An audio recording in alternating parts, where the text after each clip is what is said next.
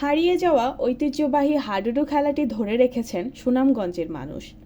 হাডুডু জাতীয় খেলা হলেও নিয়মিত আয়োজন না হওয়ায় হারাতে বসেছে গ্রাম বাংলার প্রাচীন ঐতিহ্য। জনপ্রিয়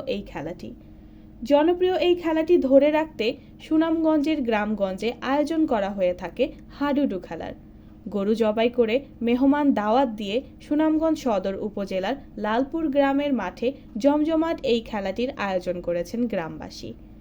খেলা হইলে দাওয়াত দিত হাজার নিজের মানুষ হইতো, কত আনন্দ হইতো। এই খেলা এবার আছে হাডুডু খেলা হইলে গরু মাংস দেব হয়। আজকে যে খেলাটা হইলেও হাজার হাজার মানুষ হয়েছে। খেলাটা খুব দেখতে সুন্দর। আমরা ইয়াং জেনারেশন যারা আছে তারা এই খেলাটা পছন্দ করে বা খেলাটা খেলতে আমরা খুব ইচ্ছুক। আমরা মনে করেন আমরা পূর্ব থেকে ওই খেলাটা খুব আয়োজন করে আনছি, এই এখন আমরা চলতে আছি।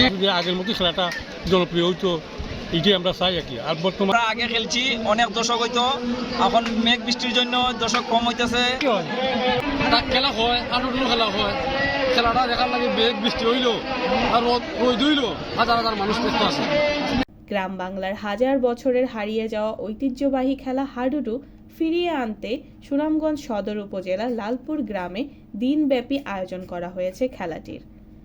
আশেপাশের গ্রামের খেলোয়াড়দের দাওয়াত দিয়ে গরু জবাই করে উৎসবমুখর পরিবেশে খেলায় অংশগ্রহণ করতেন গ্রামের কিশোর তরুণ সহ বিভিন্ন বয়সের খেলোয়াড়রা।